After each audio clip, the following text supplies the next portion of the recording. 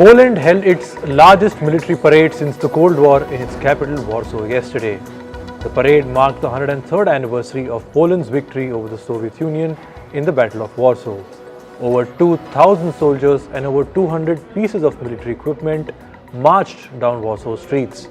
The show of strength comes amid the presence of Wagner mercenaries close to Poland's border with Belarus. Chinese Defense Minister Li Shangfu arrived in Belarus's capital Minsk today. He met Belarusian Defense Minister Viktor Krenin. The two leaders discussed increasing cooperation between China and Belarus. Russia's defense ministry officially released footage showing its Navy personnel boarding a cargo ship in the Black Sea.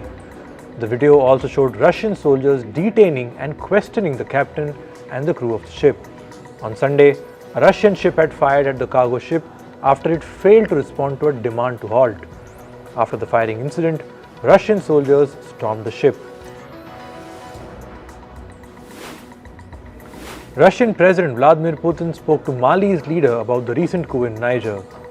Putin called for a peaceful and diplomatic outreach to bring stability in the West African nation.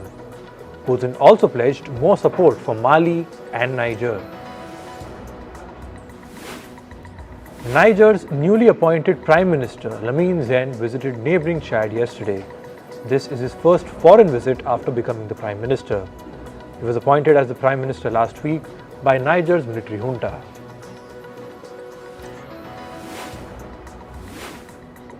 United Nations officials say the war in Sudan is spiraling out of control. They added that the African nation was running out of medical supplies and food. UN reports say war-related sexual assaults have increased by 50%. In addition, millions of civilians are facing rampant looting, power cuts, and irregular water supply in Sudan. Kenya reinstated some fuel subsidies yesterday. This is just 30 days after the subsidies had been removed. The U-turn comes after days of violent protests against the government. The subsidies have been brought back in hopes of stabilizing rising fuel prices. Clashes erupted in Libya's capital Tripoli yesterday. At least 27 people were killed and more than 100 were wounded in the violence. Tensions rose after the detention of an army commander by what's called the Special Deterrence Force, which controls Tripoli's airport. However, the army commander was later released. Hours after that, fighting erupted between the army and the Special Deterrence Force. Egypt hosted the foreign ministers of Arab nations in its capital Cairo yesterday. They discussed the way forward to provide international support to Syria.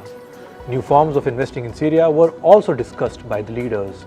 In May, the Arab League reinstated Syria after a suspension of 12 years.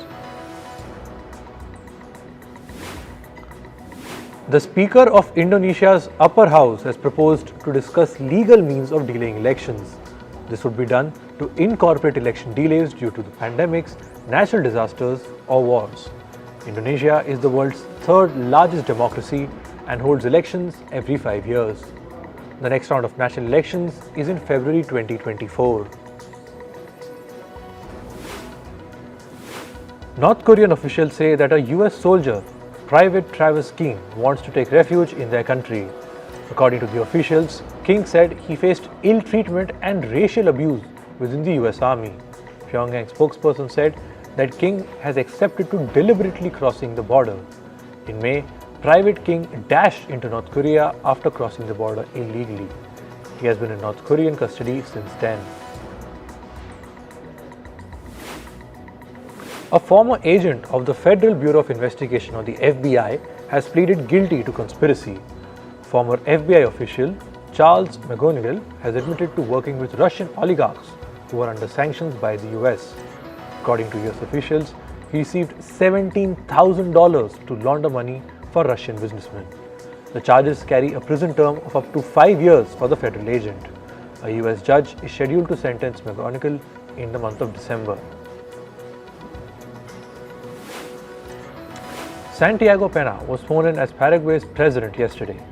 Pena took oath outside the government palace in the capital, Asunción. The ceremony was attended by several South American leaders. Taiwan's Vice President William Lai also attended the ceremony. After the swearing-in, Pena said that he would take ties between his country and Taiwan to newer heights. Moving to climate, forest fires are raging on a mountain in Spain's Canary Island. The fire started on Tuesday night. Spanish authorities have ordered the evacuation of 4 villages in the nearby area. Meanwhile, helicopters sprayed water over the area. So far, the flames have destroyed about 130 hectares of land. The death toll from devastating wildfires in the US state of Hawaii has crossed 100. More than 2,000 structures have been destroyed by the blaze. Roughly 86% of them were residential buildings. The wildfire is the deadliest that the US has seen in more than a century. Meanwhile, US President Joe Biden has said that he plans to travel to Hawaii as soon as he can. He said he will review the recovery efforts. Joe Biden has been facing criticism for his lack of response to the island's deadly fires. Hawaii residents have complained about the slow pace of the federal government's action to the disaster. Ice factories in Iraq's capital of Baghdad are seeing soaring orders. This comes as a heat wave continues to scorch the country. In areas with no electricity, local people are using ice cubes to preserve food. Iraq has faced extreme electricity shortages for years.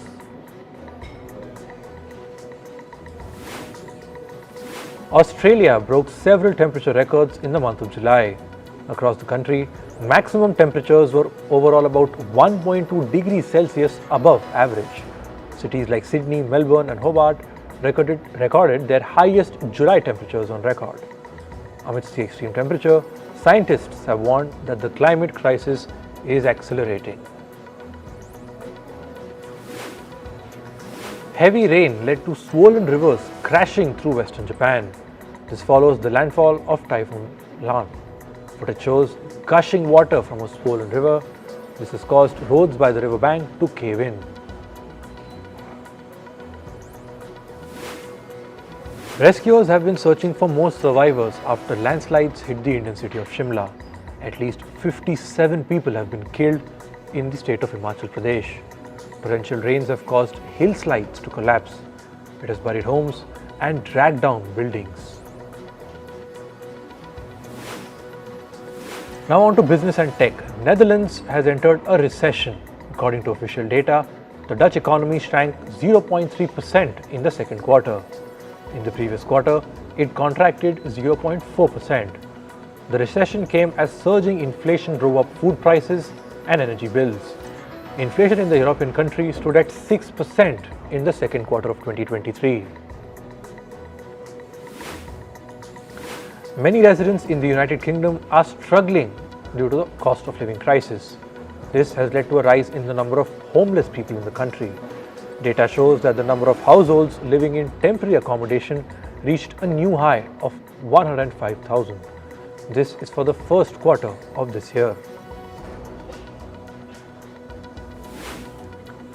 Private equity group TPG Capital has approached accounting giant Ernst & Young. It has reportedly proposed to buy a stake in the firm's consulting arm. In September last year, EY announced its plans to split its audit and consulting units into 2 companies. This was after regulators voiced concerns that the audit arm would not function fairly if it was employed as a consultant by the client. However, in April this year, EY called off the plan after facing resistance from some of its partners. Hyundai has said that it will buy a local plant of American automaker General Motors. This will be done by the South Korean car maker's Indian unit. The financial details of the purchase have not been made public. The deal will allow the GM to exit India. It stopped selling cars in the country in 2017. However, it was unable to completely exit because of its failure to find a buyer for the plant. Swedish retailer H&M is investigating its suppliers in Myanmar. It is looking at 20 alleged instances of labor abuse at the garment factories. This comes after a British human advocacy group tracked 156 cases of alleged worker abuse in the country. This is for the period of February 2022 to 2023. This was a steep rise from the previous year when it recorded 56 such cases. Canada's corporate ethics watchdog has said it is investigating fashion giant Ralph Lauren's Canadian unit. This is over the retailer's supply chain and operations in China. The company allegedly used or benefited from the use of forced labor from the Uyghur community. In July, Canada launched a similar investigation into shoemaker Nike. An analyst from ratings agency Fitch has warned that it may be forced to further downgrade American banks. The downgrade could include banks like JP Morgan Chase. This comes after Fitch cut its assessment of the US banking industry's health in June. It had lowered the score, citing pressure on the country's credit rating, gaps in regulatory framework, and uncertainty about interest rate hikes by the Federal Reserve. Lawmakers in Kenya will investigate the use of TikTok in the country. This comes after it received a petition from a citizen. The petition demanded that the social media company be banned for allegedly being inappropriate. The petitioner complained that the app's addictive nature would lead to a rise in depression and anxiety among the youth. According to reports, social media company X delayed access to certain links. These links were for content on news media websites like Reuters and the New York Times. Clicking on the link resulted in a delay of about 5 seconds before the web page loaded. The delay was also seen for links that directed to competitor websites like Facebook and Instagram. Google plans to train 20,000 Nigerian women and youth in digital skills. It will also provide a grant of $1.6 million to help the government create 1 million digital jobs in the country. The program will be facilitated by Google's philanthropic arm in partnership with local Nigerian organization. Moving to sports, in cricket, Indian wicketkeeper Rishabh Pant was reportedly spotted batting. This is the first time Pant was seen playing since 2022. Rishabh Pant was off the field since his car accident in December last year. He had sustained major injuries in the incident.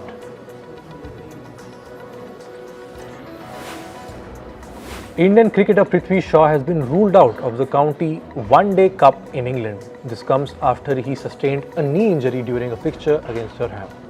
Shaw has scored 429 runs in 4 matches for his county team. The county side say Shaw won't be playing the rest of the matches. England's Ben Stokes may reverse his ODI retirement decision. Stokes has reportedly said he is seriously thinking about it. This is as per reports by the British media. Ben Stokes had retired from the one-day format last year. He said he wanted to focus on captaining the Test team for England.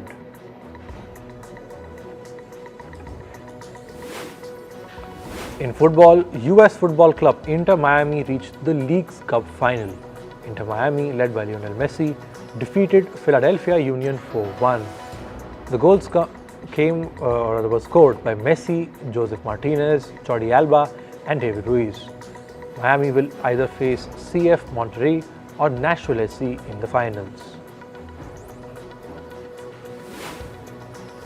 English Premier League club Chelsea have reached an agreement with Southampton for midfielder Romeo Lavia. The deal is worth over $70 million. Lavio has been given permission to undergo a medical at Chelsea. Brazil forward Neymar has become the latest player to join the Saudi Pro League. He has left PSG and signed for Al-Hilal. The deal is reportedly worth around $175 million. PSG has reportedly agreed to a transfer fee of $98 million.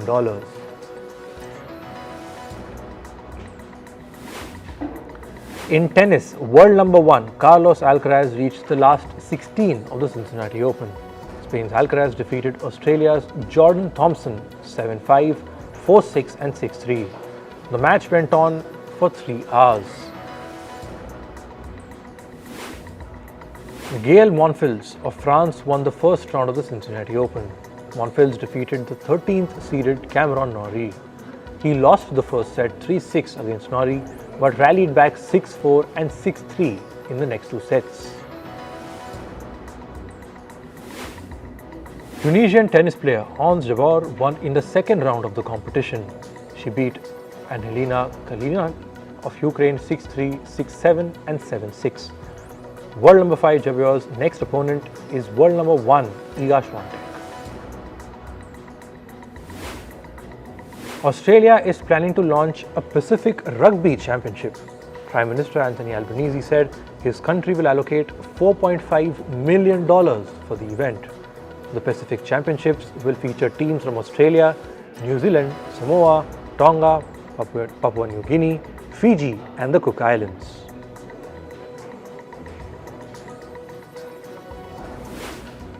In entertainment, the Writers Guild of America is mulling over a counter-proposal by some major Hollywood studios.